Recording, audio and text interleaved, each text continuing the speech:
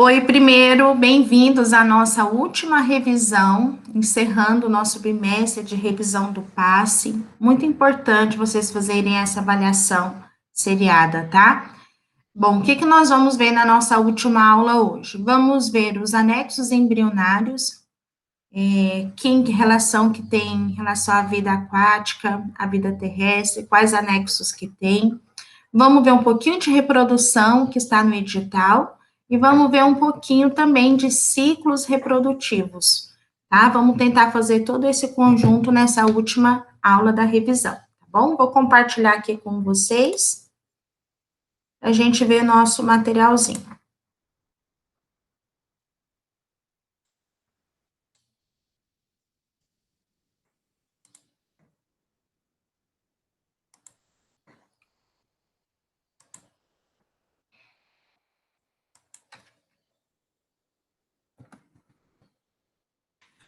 Bom, pessoal, nossa aula hoje,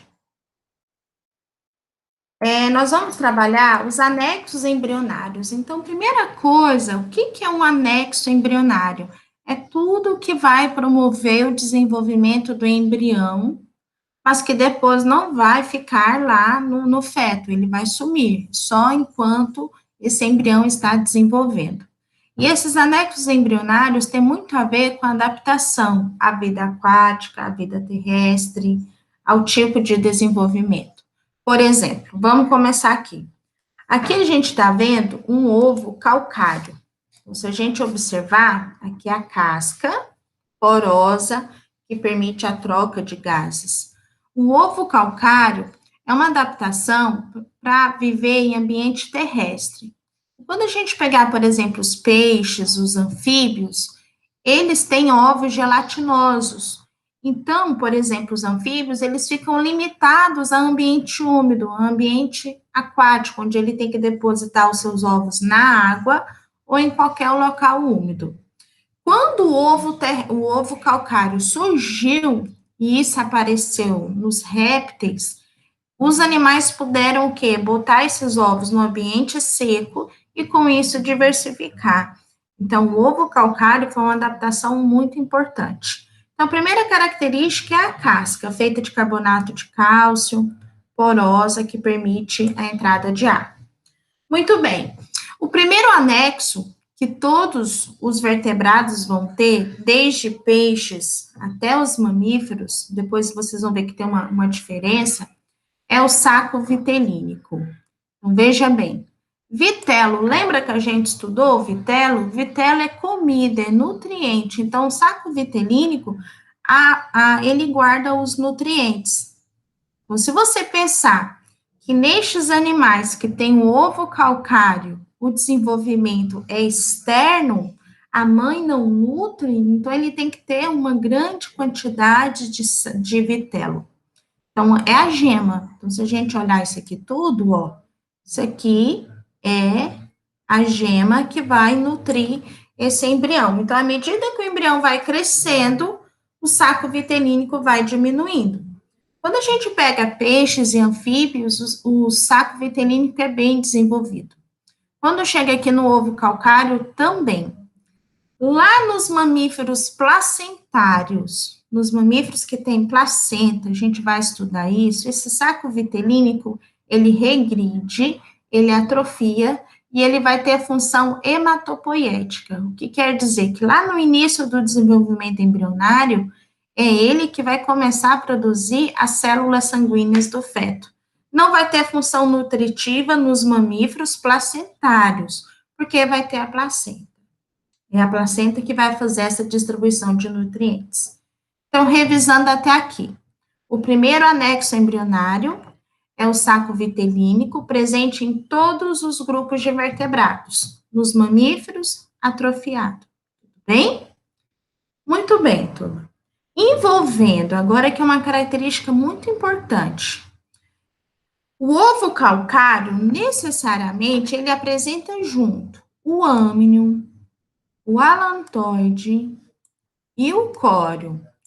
O âmnion é uma bolsa cheia de líquido, é a bolsa amniótica. Então, quando a gente pega isso aqui, ó, âmnion, isso aqui é uma cavidade amniótica que tem líquido, e aqui é a membrana amniótica, formando o âmino. Muito bem, se você pensar que é uma bolsa cheia de líquido, para quê? Para evitar desidratação do embrião, para evitar dissecação do embrião, para evitar choques mecânicos. Aí você pensa o seguinte, Ju, o animal que é aquático, o peixe, o anfíbio, precisa de âmino? Claro que não. Âmino é uma adaptação à vida terrestre. Então, só vai ter o âmino o animal que tiver o ovo calcário ou os placentários. Então, quando a gente chega lá nos mamíferos placentários, nós também temos o âmino, que é, no caso, a bolsa amniótica. Para queijo, para proteger contra desidratação, para proteger contra dissecação e principalmente choques mecânicos. Uma curiosidade, sempre às vezes acontece de nascer o bebê com a bolsa amniótica, isso chama parto empilicado. E aí o médico tem que estourar essa bolsa. Depois vocês procuram no YouTube para vocês verem, tá? Então vamos revisar até aqui. O âmino, ele é uma adaptação à vida terrestre, evitar a desidratação, portanto, peixe anfíbio não tem. Muito bem. Agora pensa que esse ovo aqui está com embrião, né? A gente está vendo aqui o embriãozinho. Ele tem que eliminar suas excretas, que geralmente o ovo calcário elimina ácido úrico. Ácido úrico é a excreta que os animais que botam ovos eliminam. E esse ácido úrico vai ficar armazenado aqui no córeo. Então, a tendência, à medida que o embrião está desenvolvendo, o saco vitelínico diminui e o alantoide aumenta. Então, uma função principal do alantoide é armazenar as excretas, que são as substâncias que são indesejáveis. Também faz trocas gasosas, mas não é a função principal do alantoide fazer as trocas gasosas com o ambiente, ok? Muito bem. Envolvendo todos os anexos, o anexo que está mais por fora, essa membrana aqui, que é uma serose, essa membrana aqui é o córion. O córion, ele vai envolver todos os anexos e tem função respiratória, troca gasosa. Também o córion, ela está junto com esse organismo que tem o ovo calcário. Então, âmnio, alantoide e córion. Nos mamíferos placentários, o córion vai ter partes que vão originar a parte fetal da placenta, perdão, a parte materna da placenta, tá bom? Depois a gente vai ver isso com calma. Aqui nós temos a proteína do ovo, que é a albumina, e aqui a membrana da casca, uma películazinha que sempre tem embaixo, ok? Então, olhando esse desenho, os vestibulares têm um padrão. Eles botam a questão com o desenho e vocês têm que identificar. Vamos ver se a gente identifica os nomes e as funções de novo, para revisar, tá? Primeiro. Então, vamos ver. Observe bem. Então, bolsa de líquido que envolve o embrião, âmino, C, âmino. Para queijo, evitar choques mecânicos, evitar desidratação, é uma adaptação à vida terrestre.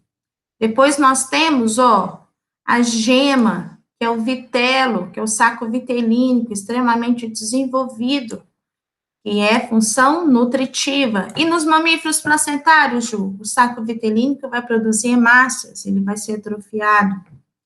O E é o alantoide. O alantoide serve para armazenar as excretas, geralmente o ácido úrico. O D é o próprio embrião, que tende a desenvolver, diminuindo o saco vitelínico, porque ele vai estar se alimentando e aumentando o alantoide. E o B, o que envolve todos os outros anexos, é o córion, ok?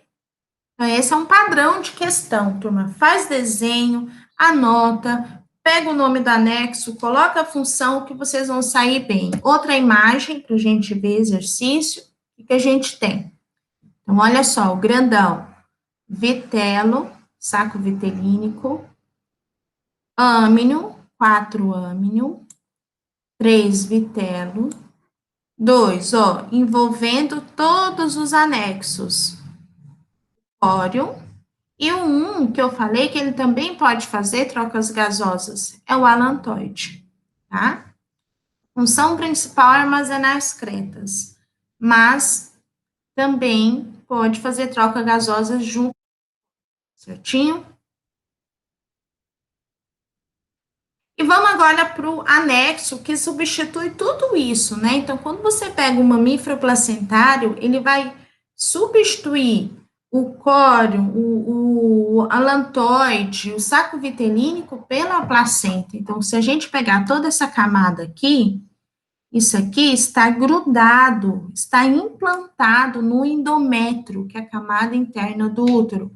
Então, a placenta, ela é um órgão que tem tecidos maternos, que vem do córeo, tá? Então, o córeo, nos mamíferos placentários, origina a placenta, e tem a parte fetal, que é a parte que vai desenvolver, que vai ter todos por exemplo, os vasos sanguíneos, tá bom? Então, vamos continuar. Eu acho que eu falei trocado, turma, então vou reforçar, presta atenção. A parte fetal é a parte que vem das velocidades coriônicas, tá? Que vem do córeo, e a parte materna é que vem do próprio útero, que é o endométrio, ao contrário. Tá bom? Então, arruma aí. Depois nós temos, olha, os desenhos. Então, tudo isso aqui, ó, seria está formando as velocidades coriônicas, onde tem vasos sanguíneos maternos e fetais. Aqui nós temos a bolsa amniótica, manteve, porque nós temos que estar protegido contra choques mecânicos.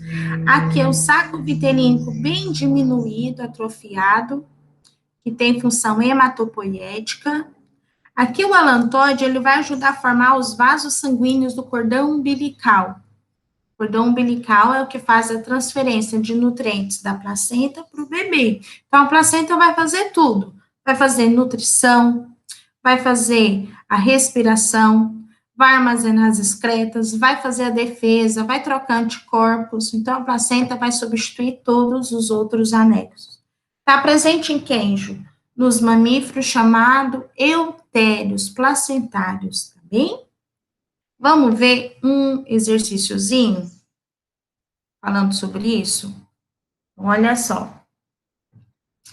Então, veja bem, envolvendo o embrião com líquido âmnio, né? Mas isso é muito facinho. Atrofiado, bem diminuído em relação com um vitelo de um ovo calcário, saco vitelínico.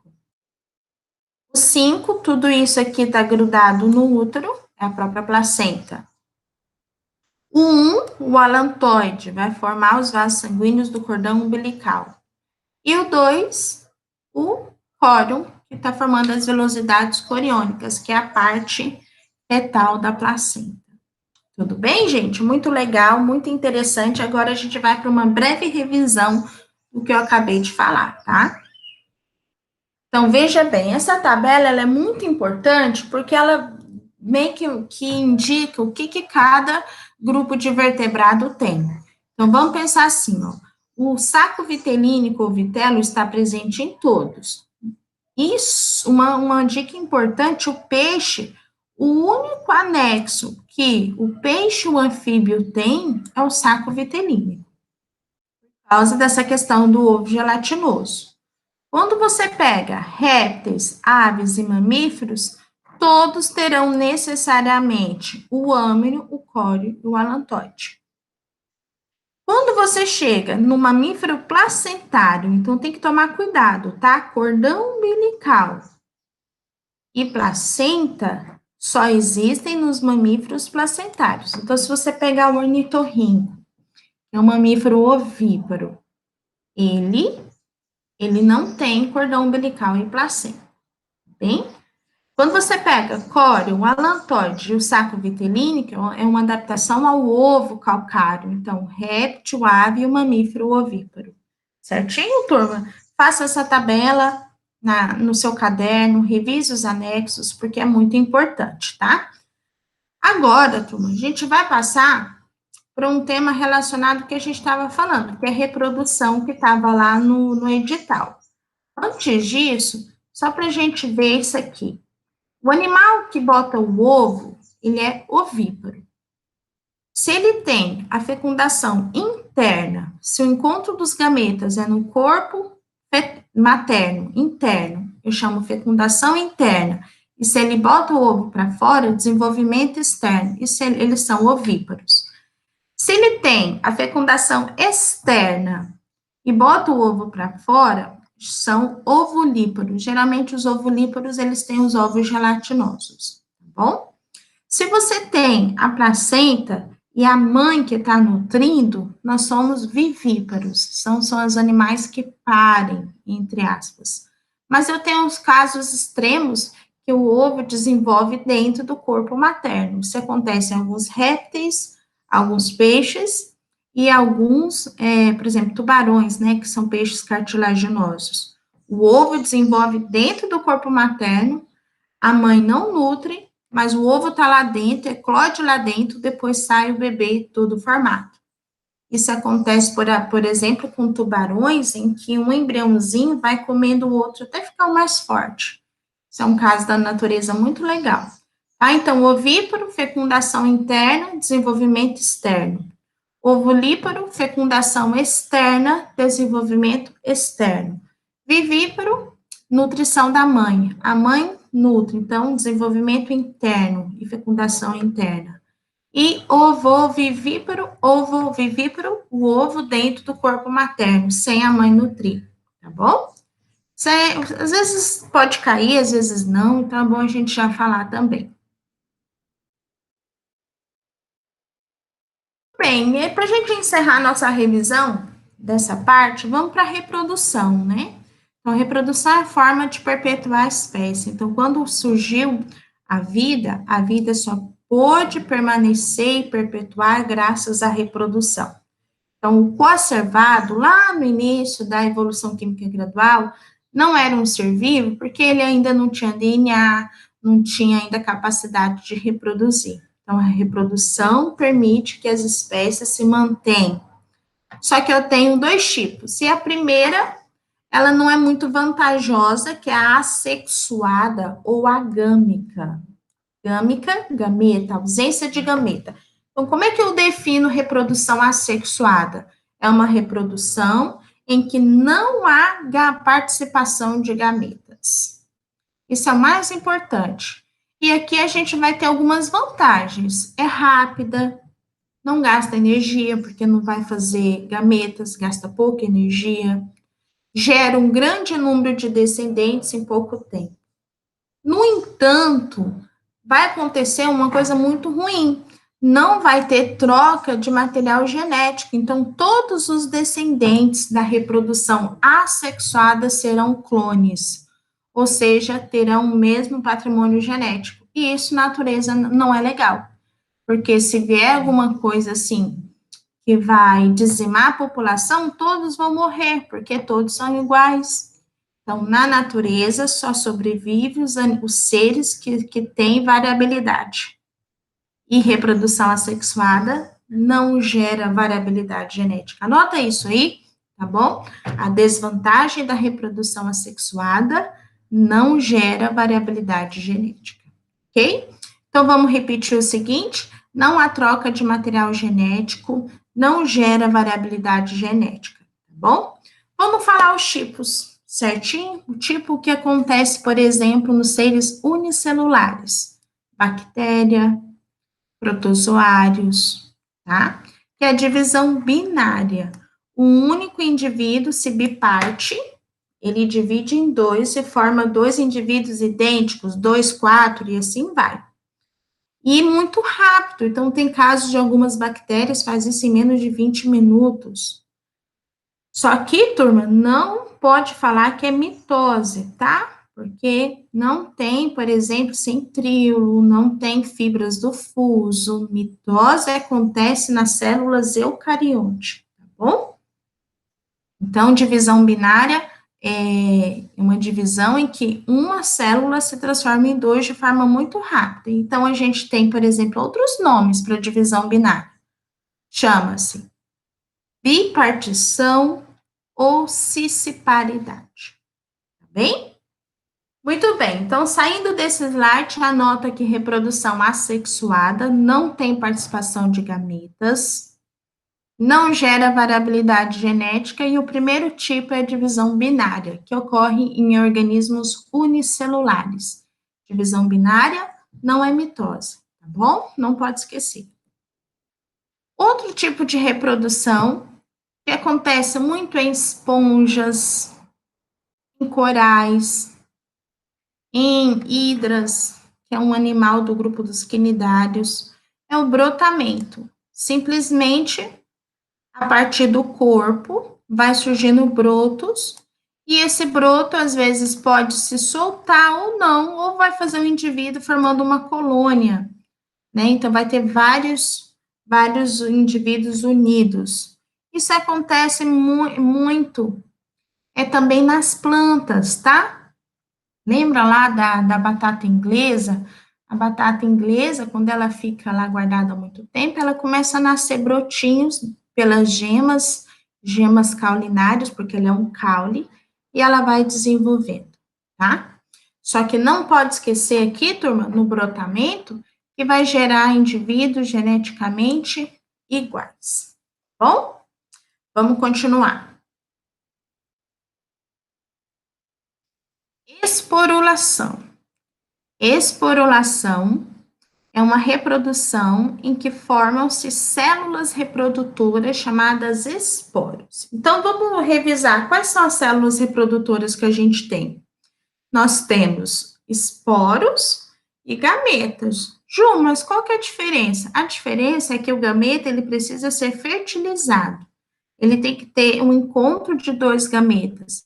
O esporo, não. O esporo sozinho, ele começa a fazer mitose em condições favoráveis e se desenvolve, tá? Quem tem esporos?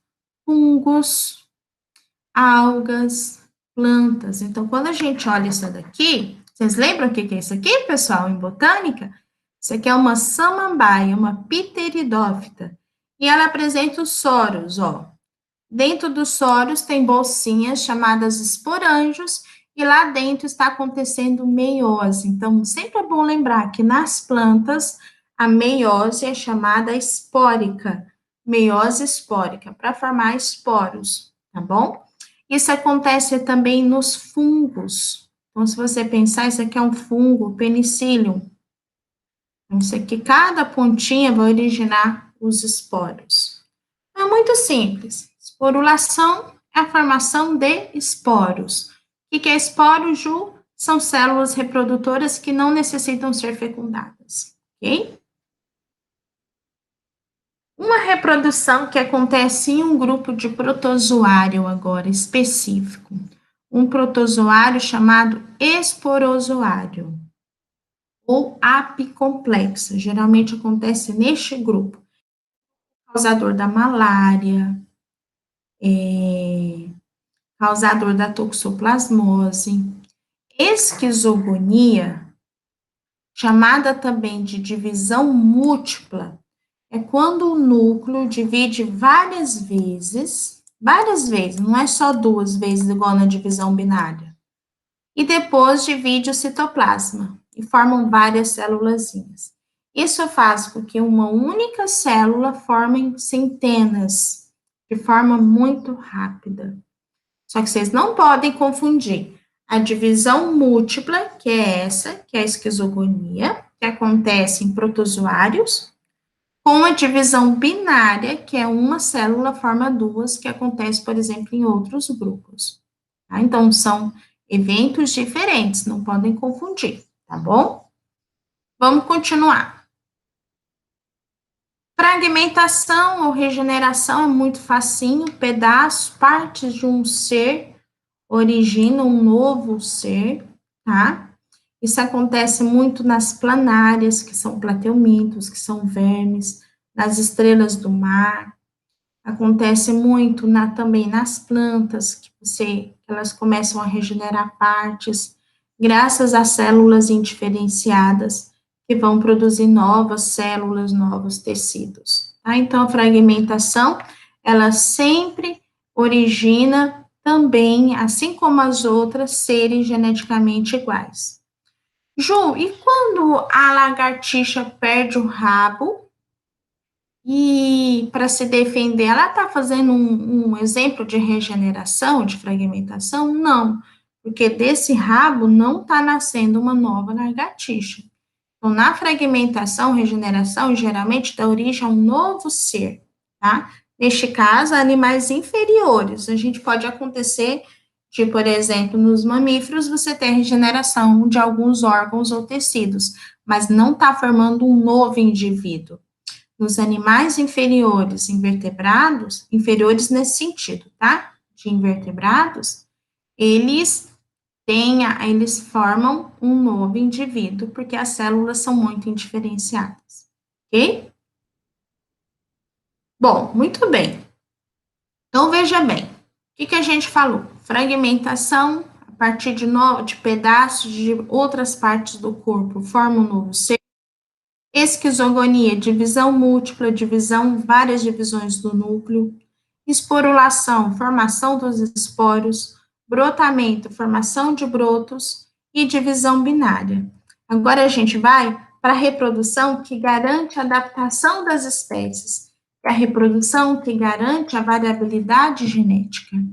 É a reprodução sexuada. Gente, tem que tomar muito cuidado aqui, tá? Chamada também de gâmica. Na reprodução sexuada, para ser reprodução sexuada, você tem que ter troca de material genético, tem que ter fusão do material genético. Então, do gameta feminino com o gameta masculino. Eu vou dar um exemplo aqui da espécie humana: a fusão do espermatozoide com o ovócito, tá? Para ser sexuado e para gerar variabilidade, eu tenho que ter essa fusão. Por isso que os gametas são haploides, tá? Os gametas, geralmente haploides, se unem para formar um indivíduo diploide. O que é um organismo diploide?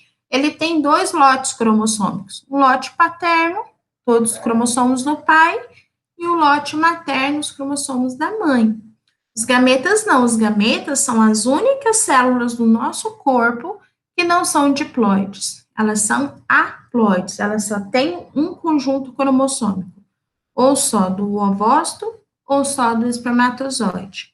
Quando eles se unem, eles formam um indivíduo diploide. Depois a gente vai ver nessa aula ainda os ciclos de vida, tá? Os ciclos de vida, são organismos que podem ter o corpo diploide, haploide ou fazer alternância de geração. Mas isso daqui a pouco, não preocupa não. Bem? Continuando. Vamos agora falar sobre os tipos especiais de reprodução. Muitos livros colocam a partenogênese como reprodução sexuada, mas a partenogênese não tem fusão de gameta. Então, eu não classifico como reprodução sexuada. Eu vou falar que é um tipo especial de reprodução assexuada. Partenogênese é simplesmente o óvulo, que é o gameta feminino, começa a se desenvolver sem ser fecundado. Ju, isso acontece? O óvulo começa a desenvolver sozinho da origem ao indivíduo? Acontece. Em condições especiais, por exemplo, em locais que não tem machos, como acontece em ilhas isoladas, acontece na espécie dragão de Komodo, acontece em alguns répteis, acontece em algumas aves, e acontece muito nos insetos, tá? E o exemplo mais, assim, básico que a gente tem é com as abelhas, tá? Então, a rainha e a operária são fêmeas, e as fêmeas, elas sempre são fecundadas, então elas se originam de óvulos fecundados, então elas são 2N, não pode esquecer isso, tá? Só que o macho da espécie das abelhas Apis mellifera, o macho, que é o zangão, ele se desenvolveu do óvulo não fecundado, ele se desenvolveu por partenogênese. Então, o macho, o zangão, ele é haploide, porque ele vem do óvulo. O óvulo não é haploide? Então, se ele formou do óvulo, ele continua sendo haploide. Então, a partenogênese tem essa característica de ter somente os cromossomos do óvulo. Isso acontece com pulgões, isso acontece com os zangões, igual eu falei, e nas plantas também. A gente tem a banana. A banana, quando a gente vê aqueles pontinhos pretos da banana, são óvulos não fecundados, porque é uma fruta partenocárpica, se formou por partenocapia. Então, párteno é se formar a partir de um único material genético, que é quem? O óvulo. Vocês entenderam isso? Entenderam por que não é reprodução sexuada? Porque não teve fusão, tá bem? De material genético. Outro tipo de reprodução que é muito interessante é a pedogênese. Imagina, gente, pedo aqui é criança, infantil, gênese é origem. Imagina se um bebê, quero que vocês peguem isso para a espécie humana, imagina se um bebezinho pudesse originar novos bebezinhos. Isso acontece com outros animais, e acontece, por exemplo, com uma larva chamada miracídio. Essa larva, ela vai entrar em processo de pedogênese e vai originar centenas de outra larva. Então, olha só, é uma larva que forma outra larva por reprodução assexuada. Tá? Então, neste caso, não tem fecundação. Então, por exemplo, neste caso, é uma doença da esquistossomose. Entrou uma larva miracídio dentro do caramujo. Dentro do caramujo, esse miracídio vai fazer pedogênese e vai sair centenas dessa larvinha cercária. Isso é o quê? Para aumentar a quantidade de larvas. Então, vocês viram a diferença? Então, neste aqui, uma larva originou uma outra por reprodução assexuada, diferente dessa, da neotenia. Isso aqui é quando uma larva adquire capacidade sexual. Ela vai ter a maturação sexual antes da hora. Então, ela vai produzir óvulos que vão ser fecundados. Então, neste caso, a neotenia é uma larva se transforma em outra larva, mas com fecundação. Aqui, sem fecundação. Vira a diferença? Ju, onde que acontece a neotenia? A neotenia acontece com algumas espécies de salamandras. Então, essa salamandra, olha a brânquia dela, ela já atinge a maturidade sexual na fase de larva. E ela origina outras larvas de forma sexuada, tá bom? O óvulo fertiliza. Aqui não. Na pedogênese não tem fecundação. Larva forma outra larva sem fecundação. Aqui larva forma outra larva com fecundação, tá bem? Muito bem, esses são os casos especiais da natureza. Então, vamos repetir. Partenogênese, o óvulo se desenvolve sozinho, sem fecundação, zangão. Pedogênese, uma larva forma outra sem fecundação. Neotenia, uma larva forma outra com fecundação. E aí a gente tem casos dos gêmeos. Vamos lembrar um pouco dos gêmeos que eu falei? Então, na natureza, é comum uma mulher, por exemplo, ovular mais de uma vez, liberar mais de um gameta. Isso chama poliovulação. Então, ela liberou um gameta, vem um espermatozoide fecundar esse gameta. Então, eu tenho um bebê. Liberou outro gameta, vem outro espermatozoide, eu tenho outro bebê. Ou seja, eu tenho embriões diferentes. Então, a poliovulação origina os gêmeos diferentes. Que no meu caso, vocês sabem que eu sou gêmea, né, de um menino. Até porque minha mãe ovulou mais de uma vez. Os gêmeos diferentes, chamados também de... Gente, deixa eu ver um passar, é brincadeira, né? Começa a gravar. Só um pouquinho. Então, nós temos gêmeos diferentes, chamados de dizigóticos, chamados de fraternos, chamados de diferentes. Eles se originam por qual processo? Processo de poliovulação. Vocês estão vendo, gente, que é só um espermatozoide? nunca vai ser mais de um espermatozoide. Você tem o que aqui? Mais de um ovócito. Mas você não pode fecundar mais de um espermatozoide por ovócito. Também jamais, porque senão você passa o número de cromossomos da espécie. Poliembrionia, que já é o segundo caso, polivários, embrião, é o que forma os gêmeos idênticos, chamados de univitelinos ou monozigóticos. Aqui eu tenho um único óvulo que é fecundado, gera um embrião e esse embrião se divide. Pode dividir em 2, em 3, em 4, geralmente em 2.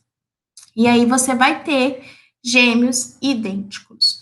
Então, o exercício ele fala, necessariamente o gêmeo idêntico é do mesmo sexo? Sim, é do mesmo sexo porque vem do mesmo embrião. Aqui, os gêmeos fraternos podem ser do mesmo sexo ou não e de patrimônio genético diferente. Aqui não, ó, tem o mesmo material genético, inclusive a mesma placenta. Tem alguns casos diferentes, mas esse é o convencional, tá? Então, eu vou repetir. Gêmeos idênticos se formou pela poliembrionia. Mesma placenta, mesmo sexo. Gêmeos diferentes se formou pela poliovulação. Ovulação. Eu tenho sexos iguais ou diferentes, placentas diferentes, tá bom? Lembra que a gente estudou a placenta? Ó, ela tá grudada aqui, ó, no endométrio, tá bom? Cordão umbilical que veio do alantoide, ok? Outra reprodução que a gente vai estudar agora no ciclo de vida é a metagênese, a alternância de geração, em que um indivíduo vai fazer reprodução sexuada e o outro indivíduo vai fazer reprodução assexuada. Isso acontece nas plantas e algas, que a gente estudou, o esporo e os gametas, e acontece nos animais, por exemplo, nas águas vivas. Então, aqui a gente tem um pólipo. Esse pólipo vai sofrer uma reprodução que eu não falei lá atrás, chamado estrobilização. Ele vai começar a se soltar e formam as medusinhas. Então, esse pólipo está formando essas medusas por reprodução assexuada. As medusas vão, ó, trocar gametas e formar o pólipo por reprodução sexuada. Então, veja bem, a fase de pólipo, que é esse, fase assexuada. A fase de medusa, fase de reprodução sexuada. Isso chama metagênese. É a mesma coisa que acontece nas plantas, que eu vou explicar daqui a pouco, tá bom? Outra reprodução que acontece também nos protozoários, mas no grupo dos ciliados, que é a conjugação, tá? Conjugação é troca de micronúcleos. Isso acontece também com bactérias. Aí a bactéria vai trocar, às vezes, um material genético extra chamado plasmídio. Mas este caso que eu estou mostrando é o que acontece com algum grupo de protozoário. Eles se emparelham e vão fazer troca de material genético. É uma forma deles ficarem recombinados, já que não tem reprodução sexuada. Tá? Então, a conjugação é uma forma de recombinação gênica de seres que não têm reprodução sexuada, ok? Para a gente encerrar, já sei que é muita coisa, turma, mas é para a gente tentar ver tudo que está no edital da minha parte, tá? A gente tem os ciclos reprodutores, né? Os ciclos de vida, na verdade. Então, eu tenho um ciclo de vida chamado aplobionte diplonte. O que é isso, Ju? Diplonte.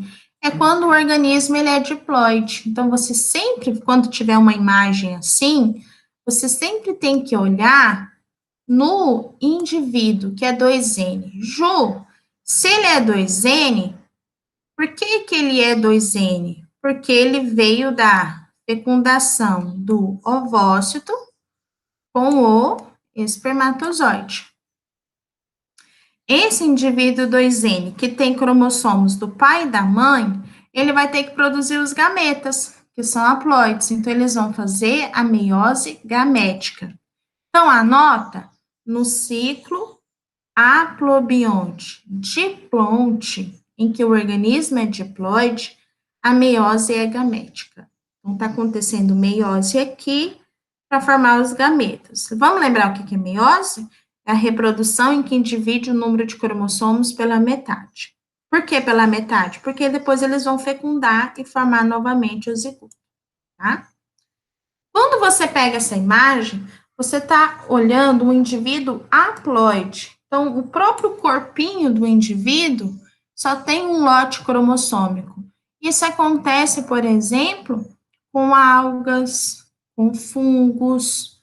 E aí, neste caso, esse organismo vai fazer os seus gametas não é mais por meiose, é por mitose, porque ele já é haploide.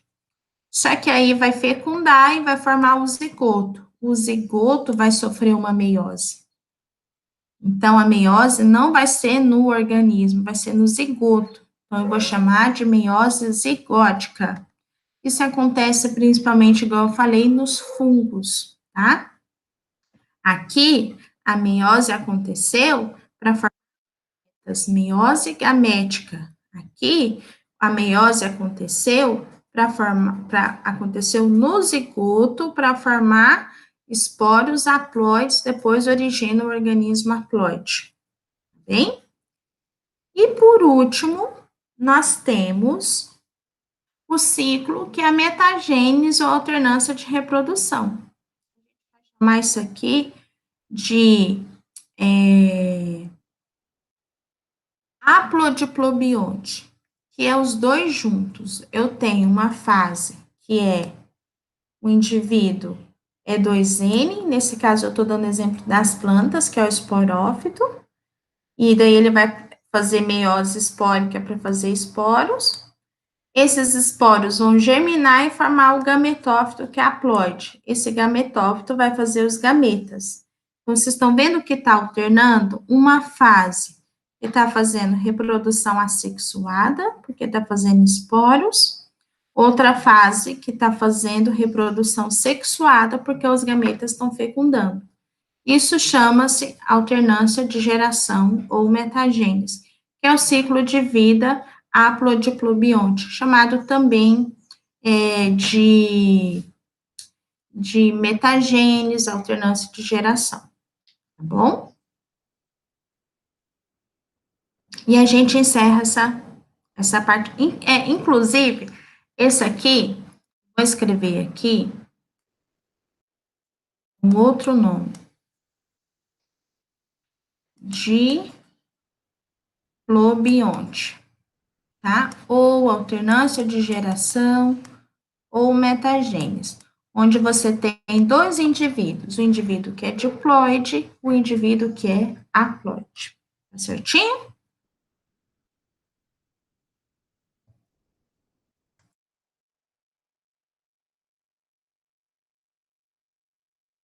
Muito bem, pessoal. Então, a gente encerra essa revisão. Boa prova para vocês na revisão da minha frente, da frente do Carlão.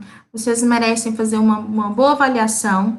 Vou estar no WhatsApp, podem mandar mensagem, mesmo em janeiro, que eu sei que vocês vão estar estudando, tá? Eu resolvo exercício, eu tiro dúvida e boa avaliação para vocês, tá bom, turma? Até mais.